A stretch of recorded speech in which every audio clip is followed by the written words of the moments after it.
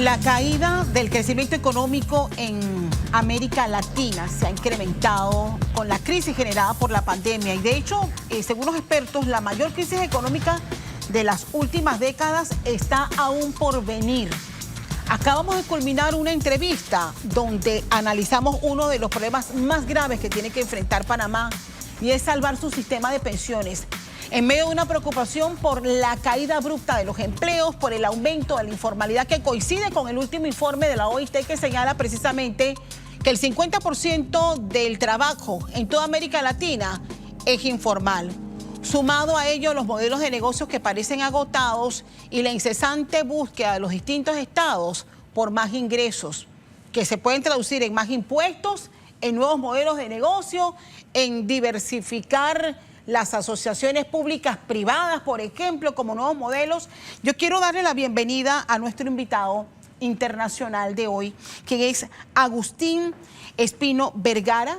Él tiene más de 24 años de experiencia en líder de la práctica de precios de transferencia en Baker Tilly. Ahora nos va a explicar cómo funciona este modelo y las asesorías que se están haciendo en toda América Latina para preparar las empresas, porque al final son las empresas las que tienen que contribuir a incrementar esos ingresos. Agustín, muchísimas gracias por estar con nosotros y permitirnos también analizar parte de lo que podríamos hacer en Panamá. Bienvenido. Castalia, muchas gracias por este tiempo y gracias a tu auditorio. Y bueno, realmente creo que es importante todo lo que estás comentando. No es un tema de Panamá, es un tema global. Recordemos que la globalización ya desde los 80 se empezó a transformar el mundo y creo que ha habido un elemento o algunos elementos importantes en los últimos años que ha acelerado todo el tema tributario, el tema social, salud, y lo comento porque la Organización para la Cooperación y Desarrollo Económico, que emite todos estos lineamientos en muchas de estas áreas, bueno, ha estado muy activa desde 2015-16 con la salida de varios documentos importantes que ahorita vamos a platicar, y después le sumamos la parte, obviamente, de la pandemia que todos conocemos, donde se aceleran muchos temas. Entonces, la pregunta es si Panamá está preparado para todo lo que viene o está viniendo en cascada con relación a este tema de tributación internacional. La respuesta es que creo que se está haciendo el trabajo, se está tratando de incluir en los, técnicamente se llaman marco inclusivo, a nivel mundial, donde ya hay 150 países dentro de este marco inclusivo de la OCDE, en el cual Panamá está dentro, y obviamente haciendo sus trabajos legislativos para poder cumplir con ciertas obligaciones que requiere la Organización para la Cooperación y Desarrollo Económico. A ver, Agustín, ¿cómo traducimos esto para hacerlo más sencillo de entender? Hay nuevos retos en materia de tributación y, por ejemplo, las transferencias, que es un gran dilema. Si se debe o no pagar impuestos por las transferencias que se hacen. No manejo las cifras, pero en Panamá se manejan millones de dólares en transferencias que no redundan en más tributos para el Estado panameño, para ponerte un ejemplo. Sí, es correcto. Es uno de los grandes puntos que tiene no solamente el tema de la tributación, sino de la no tributación. Para ello, la OCDE ha introducido 15 acciones de BEPS. BEPS es Base Erosion and Profit Shifting. Son 15 acciones específicas que todos los países miembros y los que siguen el camino de la OCDE debieran seguir para poder estar en este marco inclusivo, es decir, generar inversión interna en los países, etcétera. Entonces, contestando a la pregunta, definitivamente debe de haber alguna legislación que modifique el ejemplo que tú pones, las transferencias, donde, porque no solamente es un tema que no deja dinero en Panamá, es un tema que entonces empieza a salir, y perdón, tal cual como se conoce en las listas grises, sí, de otros países de cómo movemos el dinero y por qué debería de pasar por Panamá o no debiera pasar. Ahora bien, desde su visión, ¿sigue siendo Panamá un destino atractivo de inversión? pese a todas las situaciones terribles por las que hemos pasado en los últimos años y que hemos estado prácticamente en el ojo de la tormenta como país no colaborador y todavía los esfuerzos que estamos haciendo por salir de estas listas, ¿cómo nos ven desde fuera? Es una excelente pregunta, Castalia. Déjame darte dos opiniones. La primera, ¿cómo lo vemos desde fuera? Creemos que Panamá es un país que se está transformando y que está haciendo lo correspondiente en materia legislativa. Eso no es sencillo, no es algo que vaya a pasar de un día para otro. Es un proceso y un camino largo en el cual se tienen que poner en conjunto muchos puntos de vista, desde el legislativo, los accionistas, los asesores, toda esta parte de gobierno para poderlo legislar. Entonces no es un camino sencillo, es un camino largo, pero creo que Panamá lo ha empezado, creo que ha hecho varias cosas interesantes.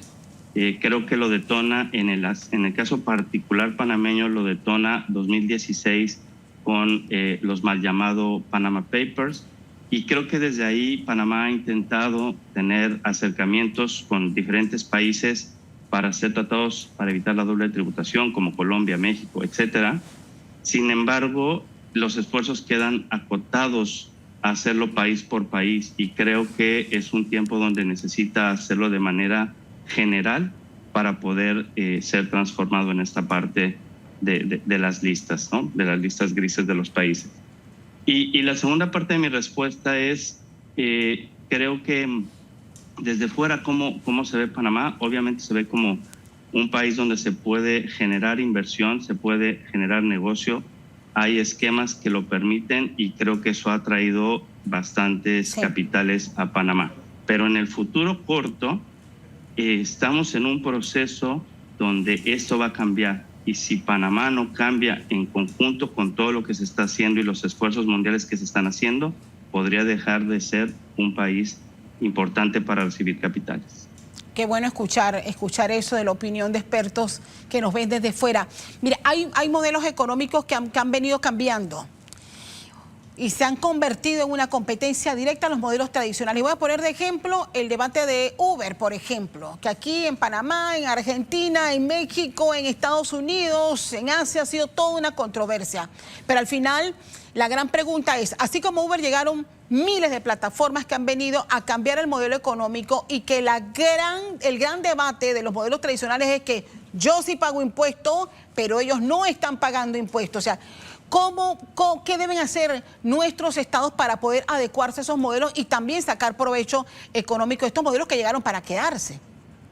Claro, yo creo que esa es otra pregunta muy interesante y creo que en el mundo ya se ha venido aplicando. Estas 15 acciones que yo comentaba de BEPS, en su acción 1 hablan de la economía digital, justo lo que tú estás diciendo, las plataformas, toda la parte digital y cómo se tributa.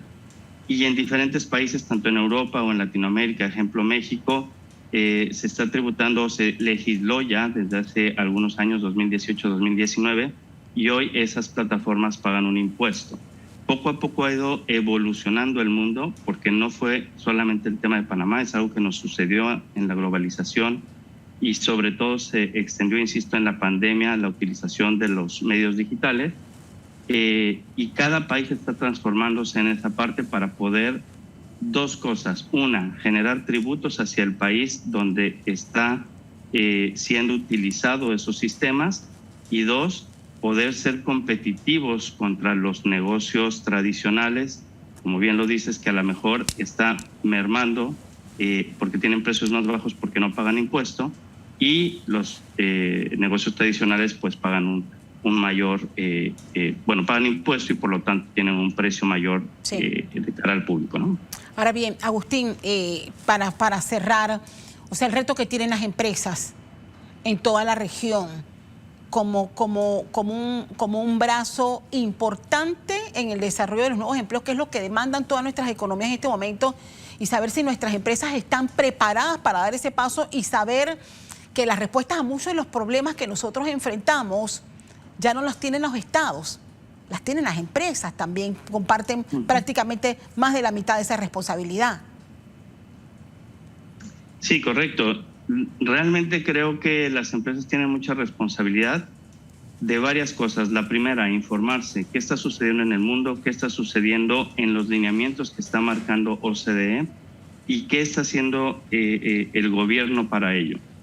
Yo lo que creo es que necesitamos visualizar cuál es el camino que se está proponiendo, qué países lo están adoptando y si Panamá lo va a adoptar o no pronto.